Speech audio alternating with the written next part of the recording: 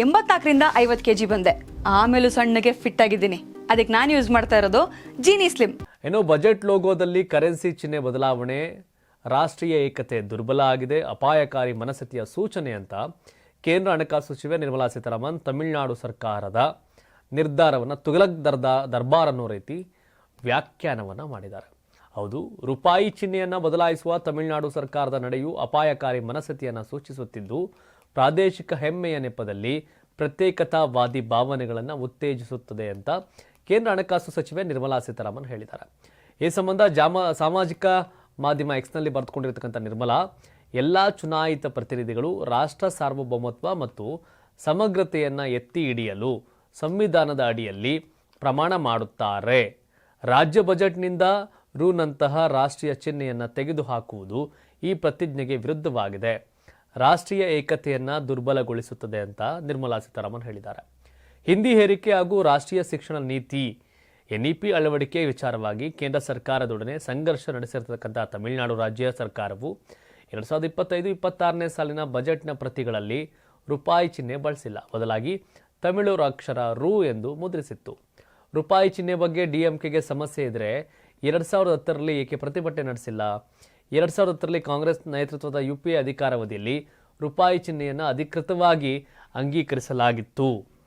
ಅಂದು DMK ಆಡಳಿತ ಮೈತ್ರಿಕೂಟದ ಭಾಗವಾಗಿತ್ತು ಅಂತ ನಿರ್ಮಲಾ ಹೇಳಿದ್ದಾರೆ. ವಿಪರ್ಯಾಸವೆಂದರೆ ರೂಪಾಯಿ ಚಿಹ್ನೆಯನ್ನು DMK ಮಾಜಿ ಶಾಸಕ N ಧರ್ಮಲಿಂಗಂ ಅವರ ಪುತ್ರ TD ಉದಯ್ ಕುಮಾರ್ ವಿನ್ಯಾಸಗೊಳಿಸಿದ್ದಾರೆ. ಈಗ ಅದನ್ನು ತೆಗೆದುಹಾಕುವ ಮೂಲಕ DMK ರಾಷ್ಟ್ರೀಯ ಚಿಹ್ನೆಯನ್ನು ತಿರಸ್ಕರಿಸಿರುವುದಲ್ಲದೆ ತಮಿಳು ಯುವ ಜನತೆಯ ಸೃಜನಶೀಲ ಕೊಡುಗೆಯನ್ನು ನಿರ್ಲಕ್ಷಿಸುತ್ತದೆ ಅಂತ ಅವರು ಆರೋಪಿಸಿದ್ದಾರೆ. ಅದಕ್ಕೆ ನಾನು ನೆನ್ನೆ ಮಾತಾಡ್ತಾ ತಮಿಳುನಾಡು ಮುಖ್ಯಮಂತ್ರಿ ಸ್ಟಾಲಿನ್ಗೆ 4 ಆಣೆ ಜ್ಞಾನ ಇಲ್ಲ ಇದ್ರ ಬಗ್ಗೆ ಅಂತ ಹೇಳಿದ್ದು. ಏನು ಹೊಸ ರೂಪಾಯಿ ಚಿಹ್ನೆ ಇದೆ ಅದನ್ನು ತಮಿಳುನಾಡಿನ DMK ಅವರದೇ ಪಕ್ಷದ ಮಾಜಿ ಶಾಸಕರ ಮಗ ಉದಯ್ ಅದನ್ನು ಅನ್ವೇಷಣೆ ಮಾಡಿದ್ರು. ಅದಕ್ಕೆ ಬಹುಮಾನ ಕೂಡ ಕೊಟ್ಟರು. ಆ ಟೈಮಲ್ಲಿ ಕರುಣಾನಿಧಿ ಕೂಡ ಅದನ್ನು ಫೋಟೋ ಇಟ್ಕೊಂಡಿದ್ದಾರೆ, ಅದನ್ನು ಎಂಜಾಯ್ ಮಾಡ್ತಾರೆ. ಅವರ ಅಪ್ಪನೇ ಅದಕ್ಕೆ ಅಪ್ರಿಷಿಯೇಟ್ ಮಾಡಿದ್ದಾರೆ.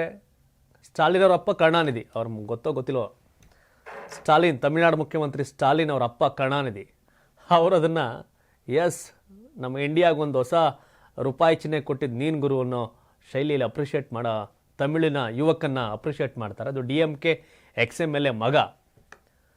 ಕೇಂದ್ರ ಸರ್ಕಾರದ ಮೇಲಿನ ದ್ವೇಷಕ್ಕೆ, ಹಿಂದಿ ಮೇಲಿನ ದ್ವೇಷಕ್ಕೆ ಅದನ್ನೇನೋ ಬದಲಾಯಿಸಿ ಅಂತ ಹೋಗ್ತಾರೆ. ಕನಿಷ್ಠ ಇತಿಹಾಸ ತಿಳ್ಕೊಂಡಿದ್ರೆ ಹಿಂಗಾಗ್ತಿರ್ಲಿಲ್ಲ.